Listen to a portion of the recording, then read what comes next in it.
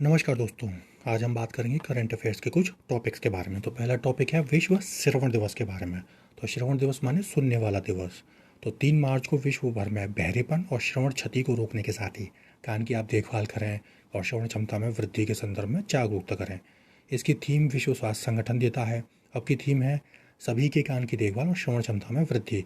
सुनने की क्षमता कितनी होती है? सामान्य 0 से 20 डेसिबल होती है।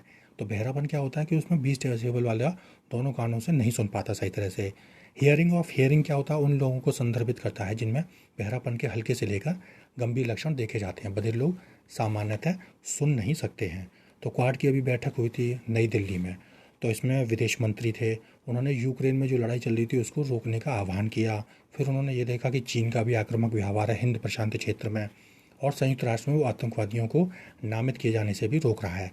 आतंकवाद से निपटने हेतु क्वाड वर्किंग ग्रुप बनाने और हिंद महासागर रिम एसोसिएशन के साथ अधिक निकटता से जुड़ने का निर्णय लिया गया, जो कि 23 सदस्यों का एक समूह है।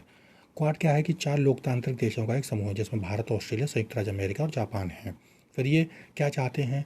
ये चाहते हैं कि समुद्री व्यापार हो अबाधित और सुरक्षित रहें। इनका मुख्य लक्ष्य क्या है कि मुक्त, खुला और समृद्ध हिंद प्रशांत क्षेत्र सुनिश्चित करना, उसको बढ़ावा देना है।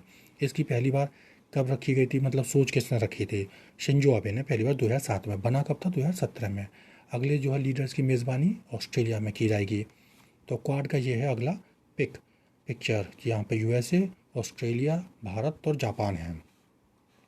अगला है हुमायूं और अन्य मुगल के बारे में।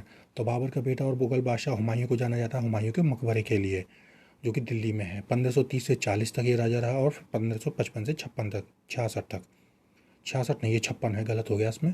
तो वो मुगलों में थे 6: बाबर, अकबर, हुमायूं, शाहजहाँ और औरंगज़ेब।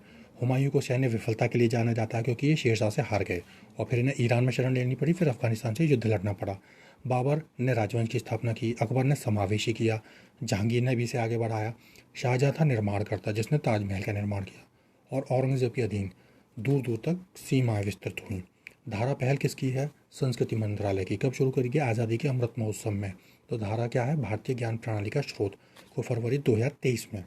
तो मंत्रालय का भारतीय ज्ञान प्रणाली प्रभाग जो है AICTE नई दिल्ली स्थित जो शिक्षा धारा पर आयोजना के लिए प्रमुख निष्पादन भागीदार है। अपनी साल भर की गतिविधियों के दौरान इसने क्या करा? जन जागरूकता और हितधारकों की भागीदारी सुनिश्चित करने में सफलता प्राप्त की और कई कार्य क्षेत्रों के प्रचार किए और पुनरुद्धार के लिए रूपरेखा में सहायक सिद्ध हुआ। आज़ादी का अमृत महोत्सव क्या है कि प्रगतिशील भारत के हम 75 वर्ष बना रहे हैं। तो भारतवासियों को उनकी संस्कृति, उपलब्धियों, गौरवशाली इतिहास से सरोकार कराया जाए, उन्हें जागरूकता प्रदान की जाए। तो भारत ने देश भर में व्यक्तियों और समुदायों द्वारा चलाए गए कई आंदोलनों को 100 वर्षों तक जो और 100 वर्षों तक संघर्ष किया हमने और आंदोलन जो चलाए गए उसकी याद दिलाना। और उसके बाद हमने 1947 में भारतीय उपमहाद्वीप से विदेशी शासकों को सफलतापूर्वक निष्कासित भी कर दिया। तो ये थे आज के टॉपिक्स। आप सभी का धन्यवाद।